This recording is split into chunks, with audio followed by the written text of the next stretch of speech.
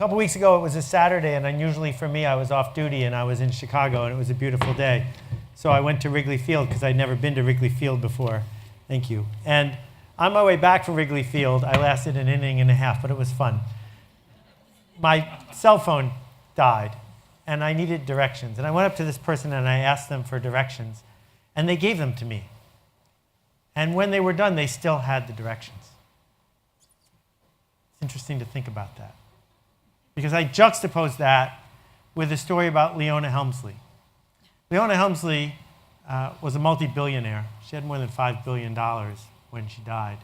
And she was sitting with her lawyer, Alan Dershowitz, discussing her conviction for tax evasion. And while they were sitting there, the servant, I'll use that word in quotes, brought her the cup of tea that she had asked for. And on the saucer, holding the cup, was a drop of tea. So, of course, she took the cup and she took the saucer and she smashed it to the ground. And she demanded that the person who had brought it for her get on his hands and knees, clean up the mess, and beg not to be fired. When Leona Helmsley died, she left $12 million to her dog, Trouble, and nothing to 2 of her grandchildren. They called her the Queen of Mean, and the reason they did is because she got pleasure out of stripping people of their dignity. And I think for all of us, when we hear this story, this gratuitous, horrible story of how someone would go out of their way to do that to someone, it feels wrong to all of us. So I got interested in this idea of dignity, and I started doing some research. Dignity sounds like dignitary and dignified, but it turns out we had dignitaries long before we had the concept of dignity. That in fact, in the New Testament, the word dignity doesn't appear once.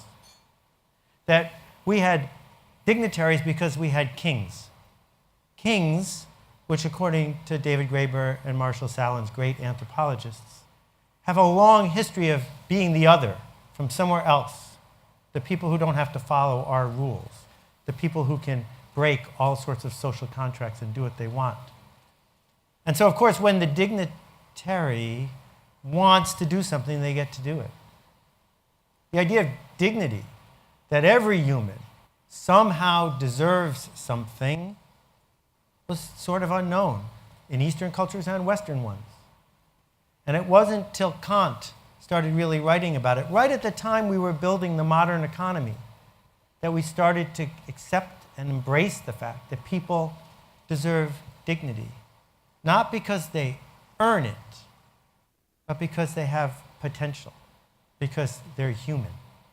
And I think, my theory is, there are 2 reasons this caught on. One, because it wasn't just one king anymore. There were more rich people than ever before, sprouting up all around. And so if lots of people could break the social contract, if lots of people could start mistreating others, where were we going to draw the line in the sand? But the other thing that happened was we started having customers. And if you want to be able to sell to somebody, you need to be able to see them as a human like you're a human. And if you want to be sold to, suddenly you start to realize that dignity runs deep in who we are and what we want to do.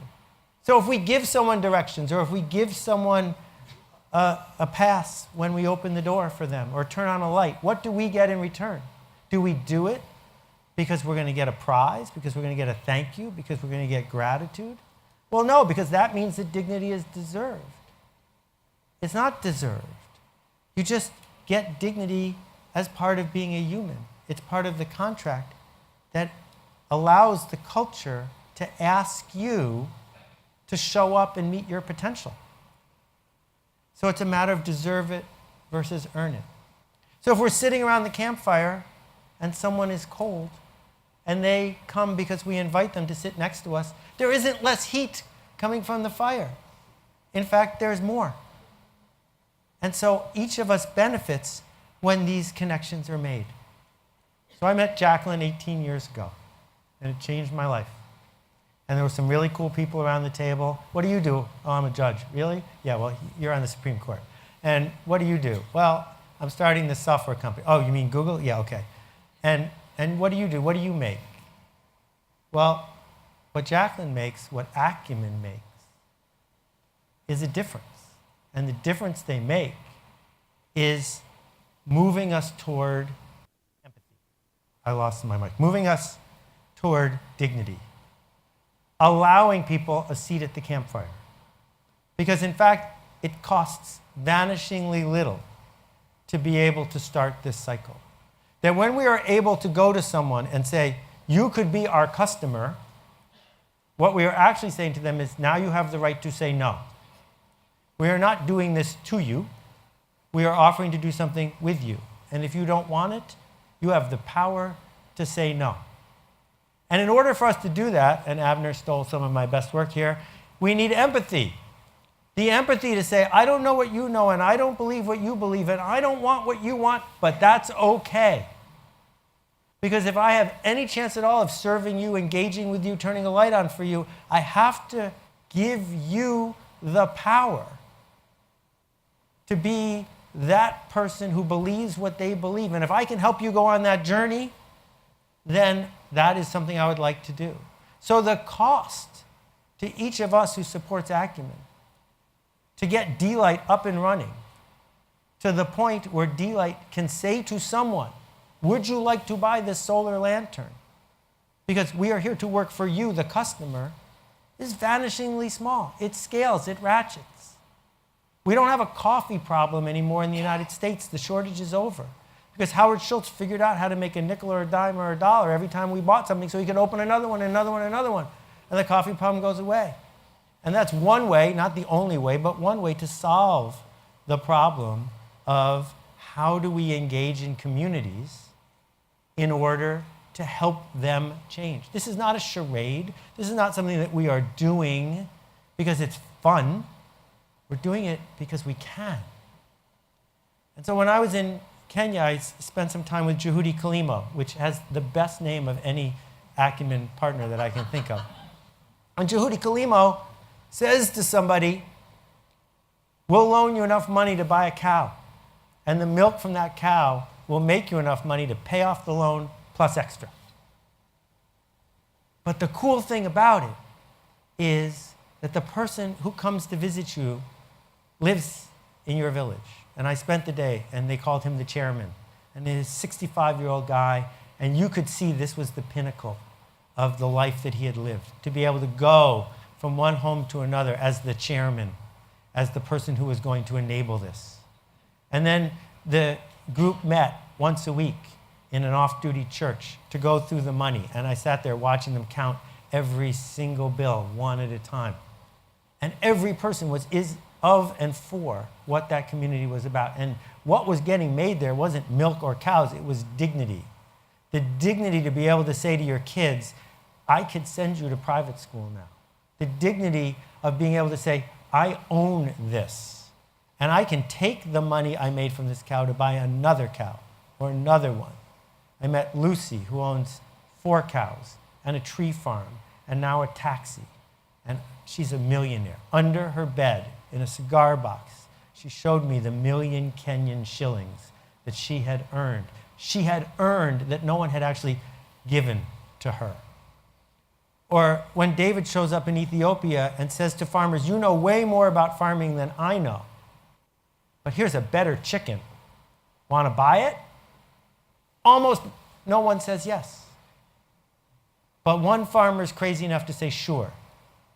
And so he or she buys a chicken, and that chicken doesn't lay an egg every week, it lays an egg every day. And suddenly you've got enough money to buy another chicken, and then another chicken. And yesterday, Ethio Chicken sold 1 million chickens. And tomorrow, they're going to sell 1 million more chickens. One farmer at a time, looking people in the eye and saying, Saubana, I see you. Not I see you from a demographic point of view of you're one more customer I can sell to. I see you. I see your parents and your grandparents. I see your dreams and your desires and your fears and where you hope to go.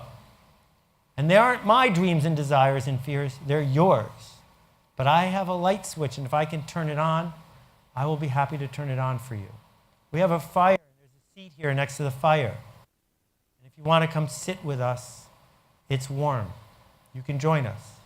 or not. And so what's happening here are a series of ratchets.